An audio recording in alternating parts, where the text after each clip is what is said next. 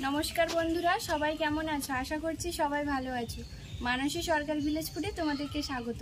অনেক দিন পর্যন্ত আমি ভিডিও দিতে পারিনি, আমি হসপিটালে ছিলাম। হসপিটাল থেকে বাড়িতে এসেছি। আজকে তোমাদের সাথে আবারও একটা ভিডিও শেয়ার করতে চলে এলাম। আজকে আমি সজনে ডাঁটা দিয়ে মাছ দিয়ে হালকা পাতলাভাবে একটা রান্না করব।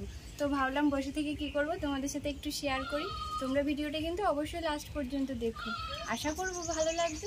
যদি ভিডিও ভালো লাগে অবশ্যই লাইক করে দিও একটা। তো এখন উনুনে আর রান্না করব না, গ্যাসেই রান্না করব। তোমরা ভিডিওটা অবশ্যই দেখতে থাকো। এখানে সজনে ডাঁটা আলু বড় বড় করে কেটে নিয়েছি। আর এখানে মাছ দেখো বন্ধুরা, আগে থেকে ভেজে নিয়েছি। মাছটা অনেকক্ষণ নিয়ে এসেছিলো, তো ভাবলাম আগে থেকে ভেজে নিই। মাছ খুব ভালোভাবে ভেজে নিয়েছি।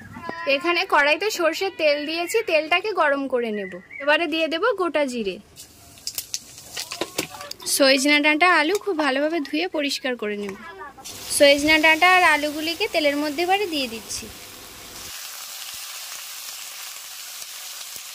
এবারে দিয়ে দেব পরিমাণ মতো হলুদ আর স্বাদ মতো লবণ দিয়ে খুব ভালোভাবে নাড়াচাড়া করে 3-4 মিনিটের জন্য গ্যাসের ফ্লেমটা কমে রেখে ঢাকা দিয়ে দেব। 3 থেকে 4 মিনিট ঢাকা দিয়ে দিয়েছিলাম, ঢাকনাটা খুলে নেব। দিয়ে দেব কেটে রাখা কাঁচা লঙ্কা।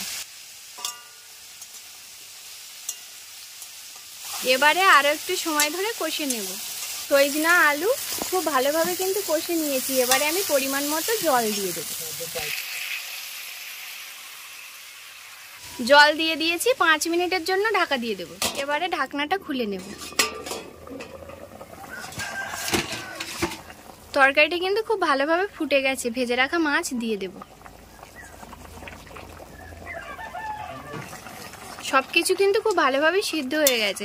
মাছ দেওয়ার পরে 2 থেকে 3 মিনিট একটু ফুটিয়ে নিয়েছি। আর কষতে কষতে তো সজনে ডাঁটা অর্ধেক সিদ্ধ হয়েই গেছে, আলুও সিদ্ধ হয়ে গেছে। এই যে দেখো, আলু খুব ভালোভাবে সিদ্ধ হয়ে গেছে। এবারে আমি জিরে আর মরিচ বেটে রেখেছিলাম দিয়ে দিচ্ছি। জিরে আর মরিচ বাটা দিয়ে দিয়েছি। এবারে একটু সময় ফুটিয়ে নিচ্ছি। তরকারিটা কিন্তু হয়ে গেছে, এবারে ঢেলে নেব।